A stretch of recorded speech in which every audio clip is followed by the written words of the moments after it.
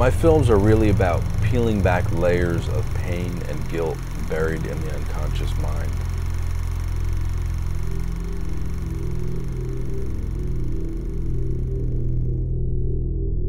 I grew up in New Jersey in a big, close-knit Italian-American family.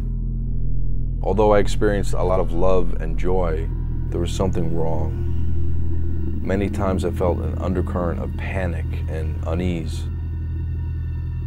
I had endless nightmares.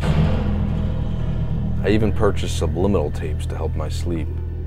The dreams were so disturbing and real that for a while I wasn't sure if what was happening was a dream or reality.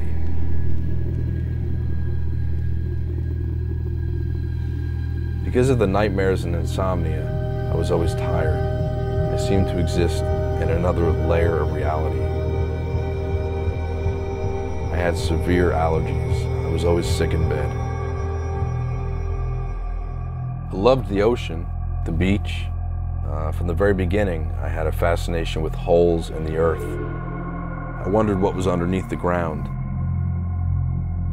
I heard stories about hell from my grandmothers. I loved rocks, the texture.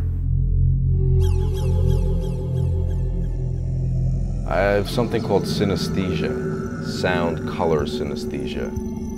When I hear certain sounds, I see very specific colors, shapes, and patterns. Like if it's raining outside, or I hear sizzling, I'll see little fiber optic dots, floating specks of light. When I was younger and the alarm would go off in school, I'd see little gray spirals float up in the air that looked like tornadoes. I thought I was seeing ghosts. I was afraid of my father. I couldn't look at him. I knew he was a good man, but deep down inside, something was tugging at me that felt the opposite. I respected him. He was self-made, was an engineer and architect. He built our house. But I saw how he was sometimes, and it made me very scared of him. There was another side.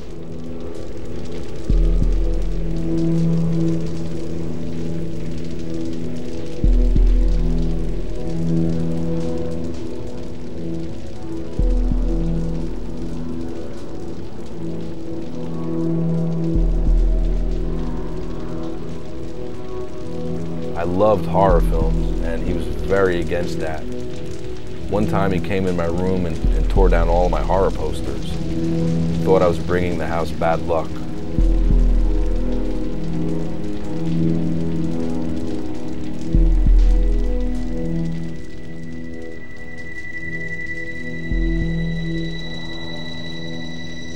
The psychiatrist Carl Jung once said, "The things that irritate us about others is a reflection of ourselves." And that makes sense. I learned from my cousin, my father's brother's son, that our grandfather Tomaselli used to at times throw knives with one hand and read the Bible with the other. Whatever that means, I don't know, but that's what I was told. He was a businessman in the garment industry and was always very well dressed. I heard many dark tales of how he was to my father and uncle. It makes sense because all this stuff is within me. And the fact that my cousin made the Catholic slasher Alice Sweet Alice, well, there's clearly something going on in the family blood. I began channeling my childhood anxieties and fears.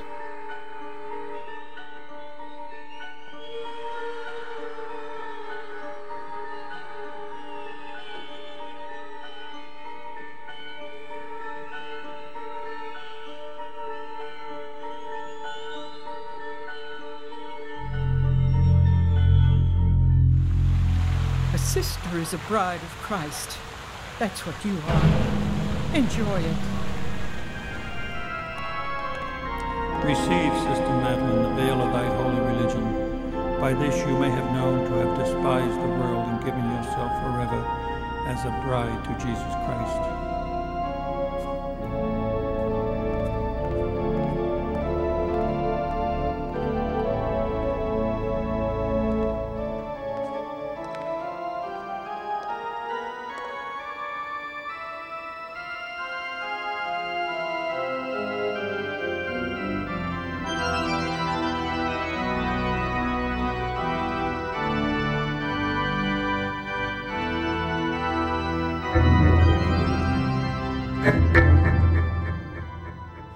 I was supposed to direct a film called The Ocean.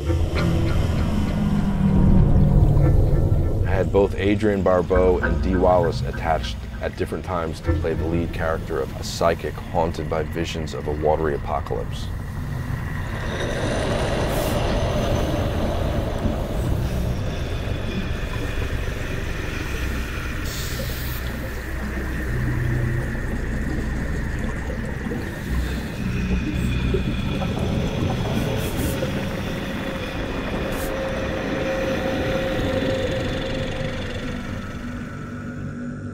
After the disappointment of not getting The Ocean off the ground, I knew I needed to conjure a smaller budgeted project, and I started writing the screenplay Torture Chamber.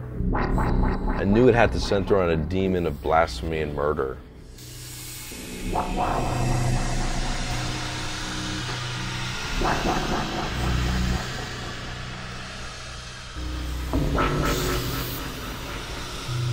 This was a 19-day shoot. I began principal photography May 18th and finished June 9th.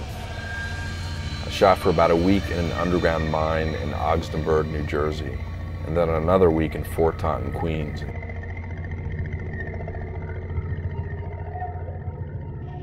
Plus a few more days back in Jersey for the suburban houses in the film and the abandoned castle exterior. And then a day in Brooklyn, New York at a Catholic girls' school basement.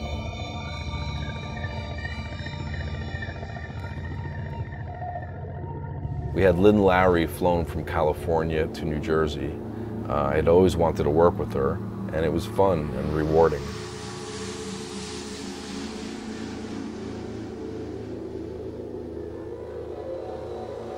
Vincent Pastore was set to play the lead in my first film, Desecration, but he got a job in The Sopranos, and that was that. So when it was time to cast Torture Chamber, I just contacted him.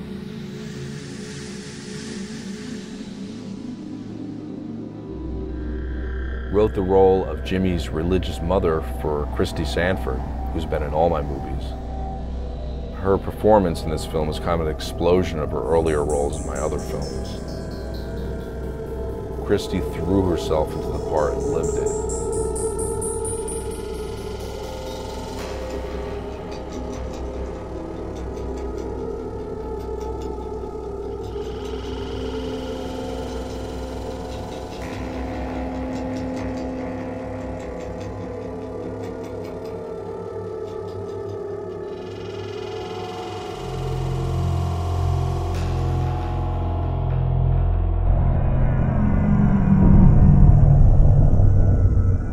The role of 13-year-old Jimmy Morgan went to a boy named Carmen Laporto.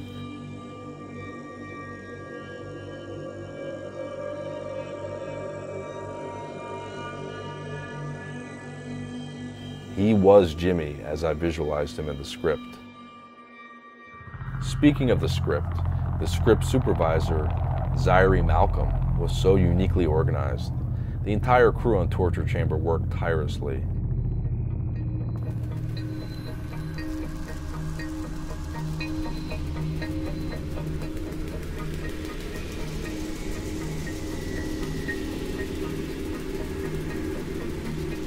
Tim Naylor as DP was committed and technically perfect. Months before the shoot, we storyboarded, and he was very, very prepared. Our production designer, JT Camp, was so creative and passionate and aligned with me. Scott Sliger put his heart and soul into the special effects makeup. Alison Silva, a fascinating painter, took care of the Balbarith illustration and delivered an eye-popping, bizarre image.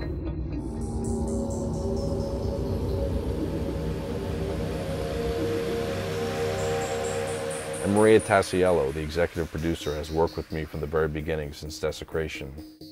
She was very instrumental in getting Torture Chamber made, financially. When I had the footage and everyone was gone, I let it gestate in my mind for about 3 months. I took notes and got to know every nook and cranny of every take. All the while I was previewing sounds over and over.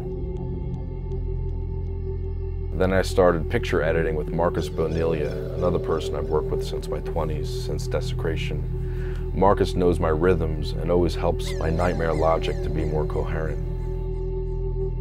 I designed the soundtrack myself at a post-sound facility in Manhattan called Vertigo Power, and spent a full year sculpting Torture Chamber layer by layer.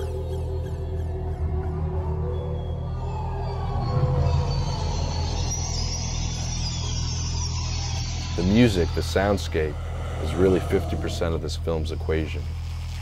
There's a black mass feel to the score, like something vicious and toxic.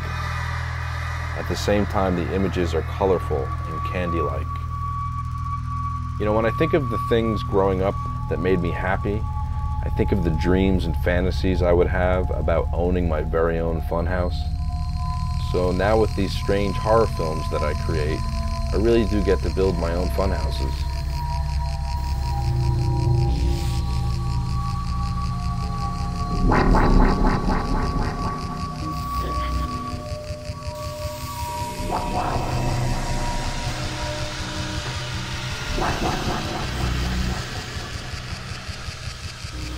Wow.